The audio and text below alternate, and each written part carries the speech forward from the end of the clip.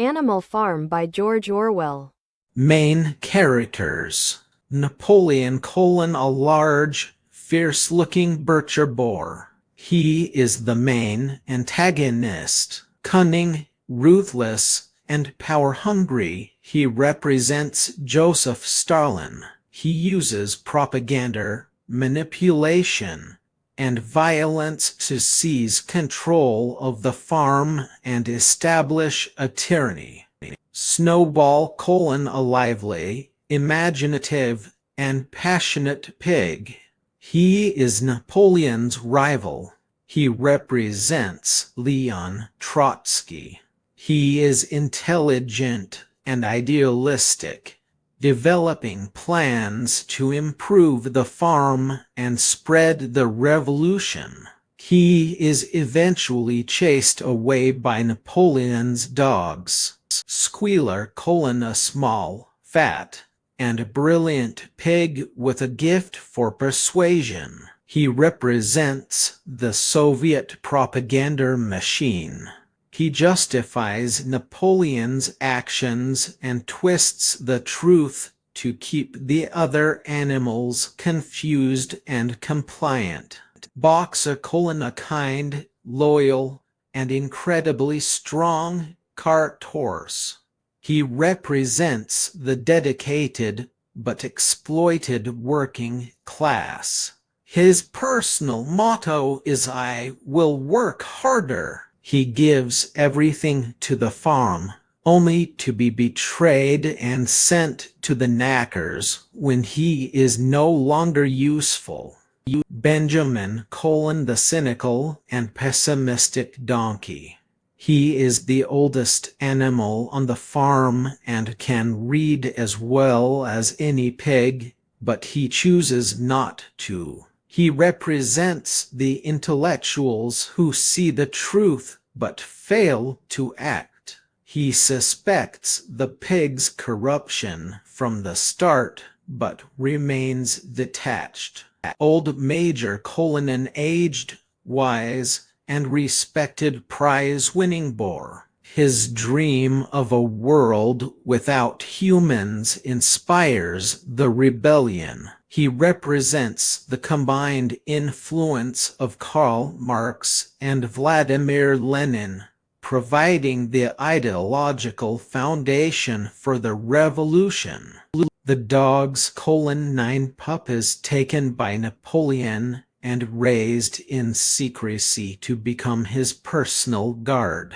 They represent the secret police or the KGB, using violence and intimidation to enforce Napoleon's rule and eliminate dissent. Molly: a vain, foolish, and materialistic mare. She represents the bourgeoisie or the propertied class who are more interested in ribbons and sugar than in the ideals of the revolution. She flees the farm at the first opportunity. The story begins with Santiago, a young Andalusian shepherd boy. He has a recurring dream about a child telling him that there is a treasure near the Egyptian pyramids. He consults a gypsy woman who interprets the dream, confirming that he must go to Egypt. Initially skeptical, he meets an old king named Melchizedek who speaks of personal legends. The path God has destined for each person. The king convinces Santiago to sell his sheep and pursue his dream, giving him 2 stones, Urim and Thummim, to help him read omens. Santiago sells his sheep and travels to Tangier in North Africa. On his first day, he is robbed of all his money. He is devastated and alone in a foreign land. Forced to work to survive, he takes a job with a crystal merchant. He helps the merchant's business flourish by suggesting creative ideas, and he stays there for nearly a year, earning enough money to continue his journey. Santiago joins a caravan crossing the vast Sahara Desert towards Egypt. On the caravan, he meets an Englishman who is obsessed with finding a famous alchemist The Englishman spends his time reading books, while Santiago observes the desert and listens to its silences.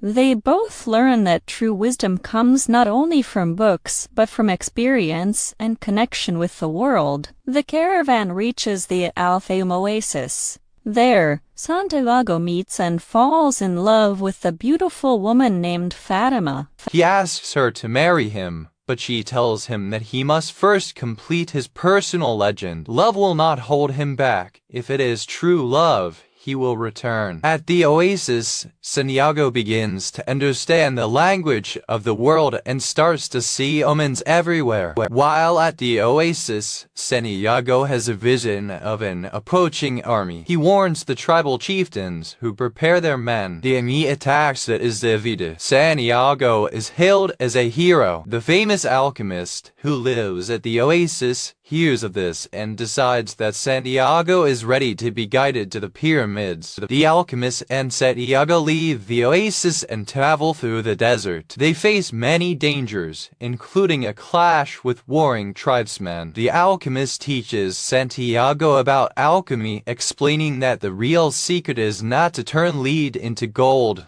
but to listen to one's heart and fulfill one's personal legend. He tells Santiago that his heart will always guide him. Finally, they arrive near the pyramids. The alchemist leaves Santiago to dig for his treasure alone. Santiago digs all night but finds nothing. He is captured by refugees who beat him and steal his gold. As he lies bleeding, he tells them about his dream of treasure. The leader of the refugees mockingly tells him that he himself had a recurring dream about a treasure buried under a sycamore tree in the ruins of a church in Spain, where a shepherd and his sheep used to sleep. Santiago realizes the truth with overwhelming joy. He returns to Spain, finds the ruined church and the sycamore tree, and digs up a chest of gold and jewels. His journey was necessary for him to understand his heart, learn the language of the world, and ultimately find his way home. The real treasure was the journey itself and the wisdom he gained along the way.